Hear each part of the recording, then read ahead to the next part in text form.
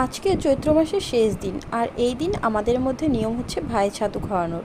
তো পিসিমা এসেছেন অনেক দিন পরে, তাই বলেছেন যে আমার দুই ভাইকে আমি আজকে ভাই ছাতু খাওয়াবো। তো দেখো ভাই ছাতু খাওয়ানোটা কেমন করে হয়।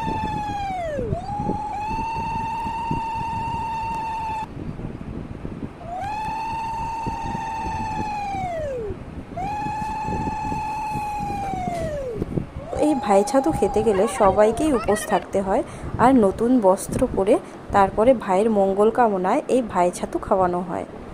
অনেক বছর পরে বোনের হাতে ছাতু খেতে বসে দুজনাই ইমোশনাল হয়ে গেছে, আর দুজনাই কান্নাকাটি করছে। যাই হোক, পৃথিবীর সকল ভাই বোনেরা খুব ভালো থাকুক, আর ভাই বোনের সম্পর্কটাও অটুট থাকুক।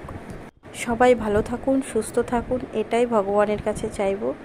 সব নিয়ম হয়ে যাওয়ার পরে এখন তিনজনা মিলে ছাতু খেতে বসে পড়েছেন, আর সবাই মজা করে ছাতুও খাচ্ছেন।